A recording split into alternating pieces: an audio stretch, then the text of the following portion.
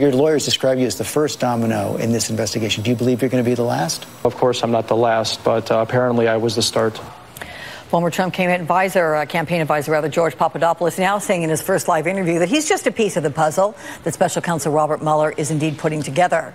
Joining me now, former Watergate Special Prosecutor and MSNBC contributor Jill Wine-Banks and former federal prosecutor Glenn Kirshner. Good to have both of you. I want to get right into it. Glenn, with you first here. Do you agree with Papadopoulos? Do you think he is essentially the tip of the spear for this investigation? Yeah, Alex, he's but one of the dominoes. He has fallen. Many others will fall after him.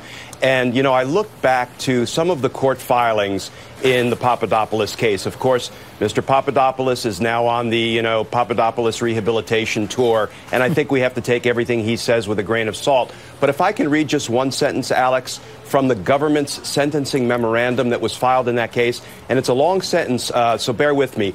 It says that Mr. Papadopoulos repeatedly lied throughout the FBI interview in order to conceal the timing and significance of the information he had received regarding the Russians possessing dirt on Hillary Clinton, as well as his own outreach to Russia on behalf of the campaign.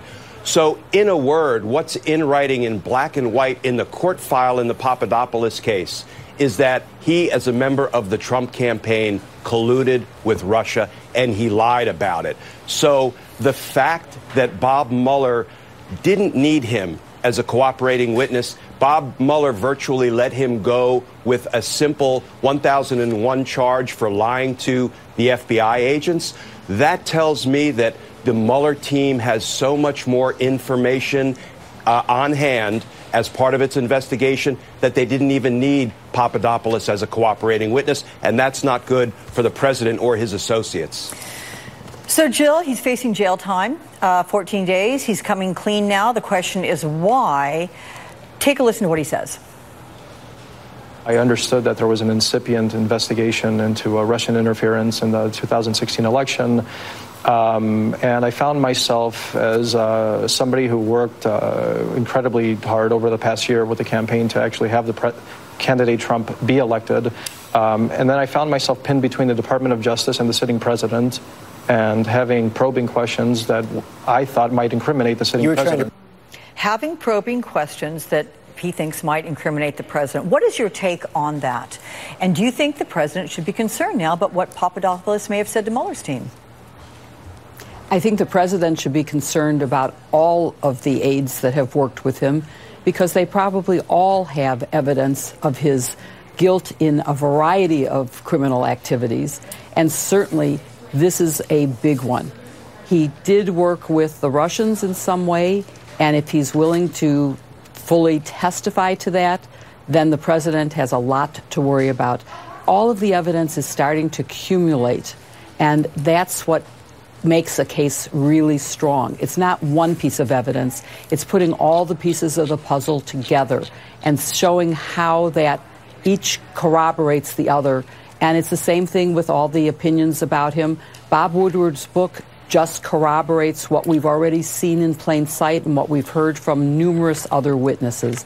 It's what we've seen on Twitter, what we've seen in press conferences, and now it's written in a book.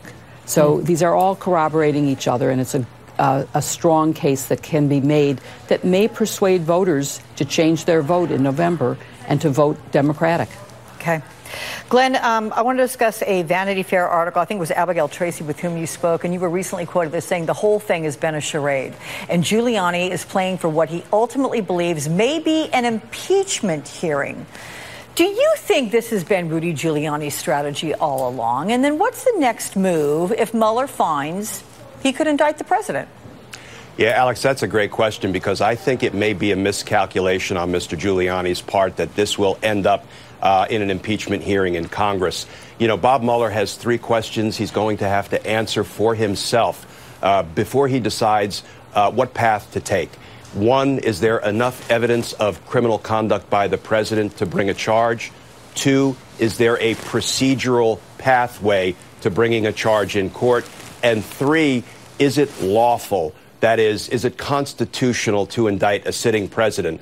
So we don't know if he has enough evidence to charge. That's step one. Let's assume he does. I believe he has a procedural pathway because the Office of Legal Counsel memo, which is a policy declaration saying the Department of Justice generally won't indict a sitting president, there is an exception that Mr. Mueller can apply for under the rules that govern the operation of special counsel. They're called the CFRs, or the Code of Federal Regulations. He can request an exception to that policy and proceed to court. And then the third question is, does the Constitution prohibit indicting a president? And there's nothing in the Constitution that prohibits indicting a president. So I think this may be a miscalculation on Mr. Giuliani's part. He's been playing exclusively to the court of public opinion, but he may end up with his client in a court of law.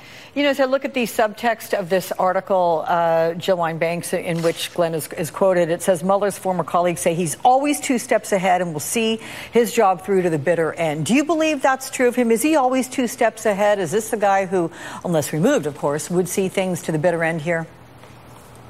I think Mueller has acted extraordinarily well. He has kept his own counsel. He has not leaked anything. We don't know what he knows, but I think we can safely assume he knows a lot more than the public record.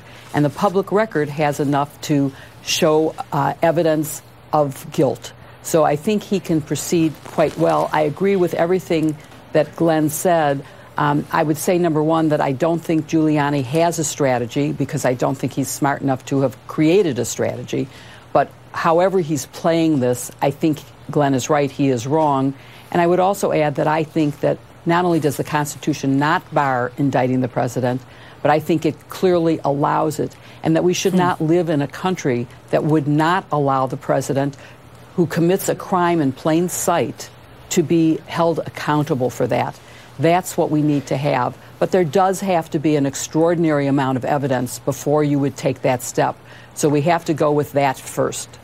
Legal Minds, Jill Wine-Banks and Glenn Kirshner. Guys, thank you both so very much. Thank What you. do women have in common with Oprah now?